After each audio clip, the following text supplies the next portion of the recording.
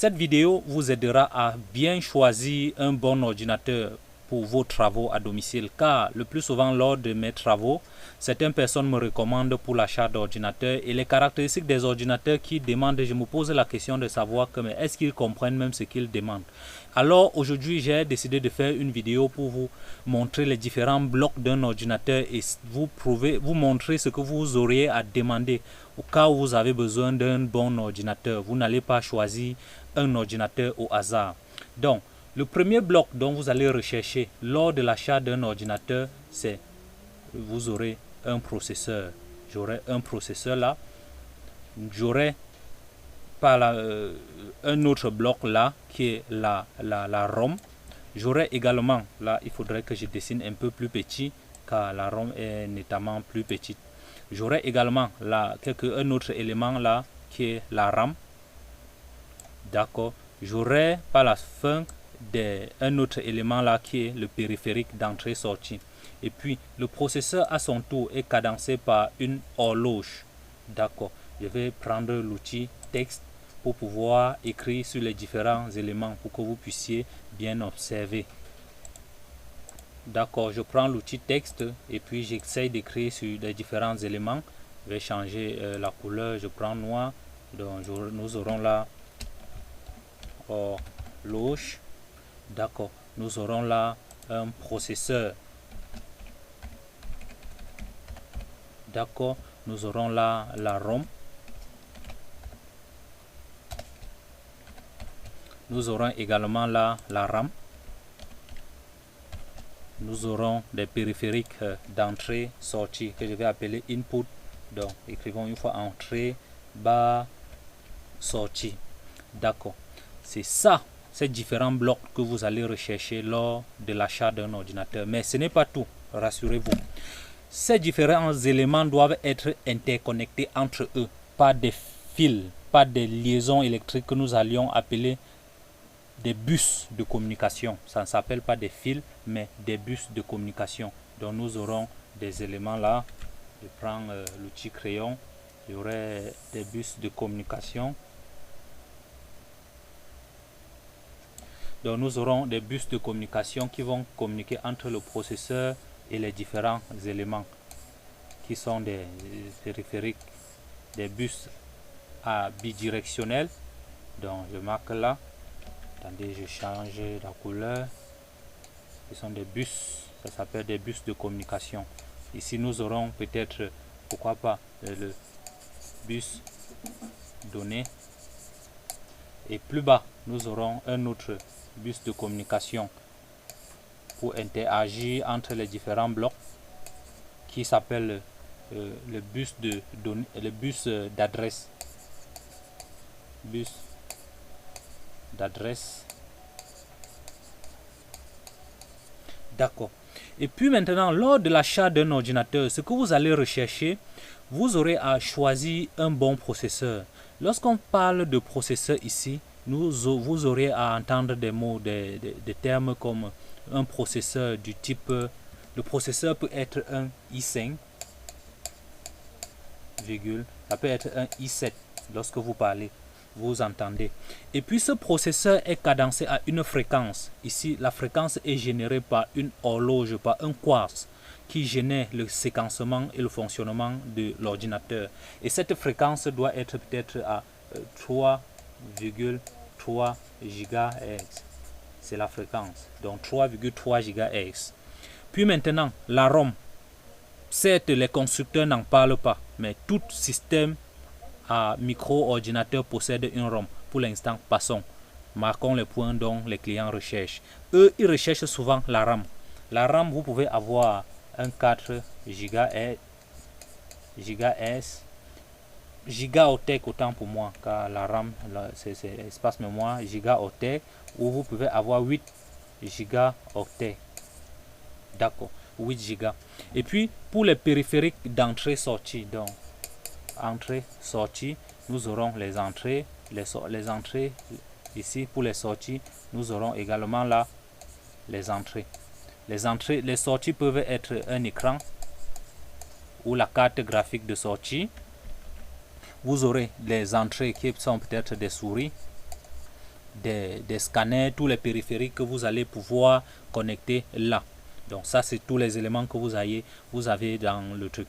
Mais un autre élément que les clients ne connaissent pas, c'est ce qu'on appelle le bus de données. Le bus de données. Ici, le bus de données fait référence pour les ordinateurs. Vous pouvez avoir un ordinateur qui est 32 bits ou bien un ordinateur qui est 64 bits. Donc, un ordinateur qui a un bus de données de 32 bits est nettement supérieur à un ordinateur qui a 64 bits. Ça veut dire qu'il peut envoyer 32 informations d'un coup. Et pour 64 bits, peut envoyer 64 informations au cours d'un simple signal d'horloge. Donc, les bits ici représentent soit les 1, soit les 0, soit 1, soit 0, soit 0, jusqu'à 64 éléments ou 32 bits respectivement pour les processeurs 32 et 64 bits. Et pour la ROM, certes que les constructeurs n'en parlent pas, mais croyez-moi, tout système microprogrammé possède une ROM. Et pour le cas de l'ordinateur, la ROM ici, c'est ce qu'on appelle le BIOS. Donc, vous pouvez avoir un BIOS, Basic Input Output System. Et pour les ordinateurs les plus récents, qui sont les plus puissants, que les clients ne savent pas et qu'ils demandent les ordinateurs puissants sans toutefois savoir, ici on ne parlera plus du BIOS, on parlera plutôt de UEFI. Donc mon crayon ne parvient pas à bien écrire sur l'écran, mais vous parvenez bien à comprendre ce que je dis. Nous parlerions plutôt de UEFI, c'est-à-dire lors de l'achat d'un ordinateur, si je me résume par rapport au schéma bloc dont je viens de vous donner, lors de l'achat d'un ordinateur, si vous voulez un ordinateur puissant, ce que vous allez rechercher, c'est le processeur. Vous allez chercher le processeur, qui peut être un i5 cadencé à une fréquence. Ça dépendra de vous. Vous aurez besoin de chercher la RAM. Les périphériques d'entrée-sortie, on peut laisser pour l'instant car ça va dépendre de plusieurs autres paramètres. Et pour la RAM, ce sont des paramètres que nous pouvions modifier avec le temps car on peut enlever une barrette mémoire de RAM et changer. Vous aurez besoin de connaître la ROM, la taille de la ROM qui peut être soit BIOS soit UEFI. Rassurez-vous que les BIOS sont des anciennes versions des systèmes d'exploitation. Donc, le BIOS, c'est un microprogramme qui se trouve à l'intérieur de l'ordinateur et qui permet d'initialiser l'ordinateur lors de la mise sous tension. Lorsque vous allumez votre ordinateur, il y a un microprogramme à l'intérieur qui se rappelle de la taille de la RAM, qui se rappelle de l'heure, qui se rappelle de beaucoup d'autres paramètres, des paramètres de login. Donc ça, c'est le BIOS. Et pour les ordinateurs récents, nous avions plutôt le UEFI. Il y a d'autres types de processeurs qui sont intermédiaires entre les deux, BIOS et UEFI, qui s'appelle le legacy, donc qui veut dire héritage en termes en français. Donc vous aurez peut-être les BIOS legacy ou bien les UEFI. Donc pour les clients qui recherchent les ordinateurs ultra rapides, donc vous allez rechercher un ordinateur avec BIOS UEFI, un processeur i5 ou i7 piloté à une très grande fréquence comme vous pouvez voir, et la RAM également. Épargnez-moi le fait de parler souvent du disque dur SSD ou hard drive, vu que le disque dur nous pouvons changer, car le processeur, la taille du processeur, vous ne pouvez pas changer car c'est défini directement par le constructeur. Par contre, le disque dur, à tout moment, vous pouvez changer. C'est-à-dire, lors de l'achat d'un ordinateur, n'exigez pas tellement le disque dur, car vous pouvez changer. Exigez le processeur, exigez la ROM, Read Only Memory, exigez la fréquence du processeur, exigez également la RAM. Vous pouvez également changer. Mais s'il y a un conseil à vous faire, pour choisir en lieu et place du disque dur HDD,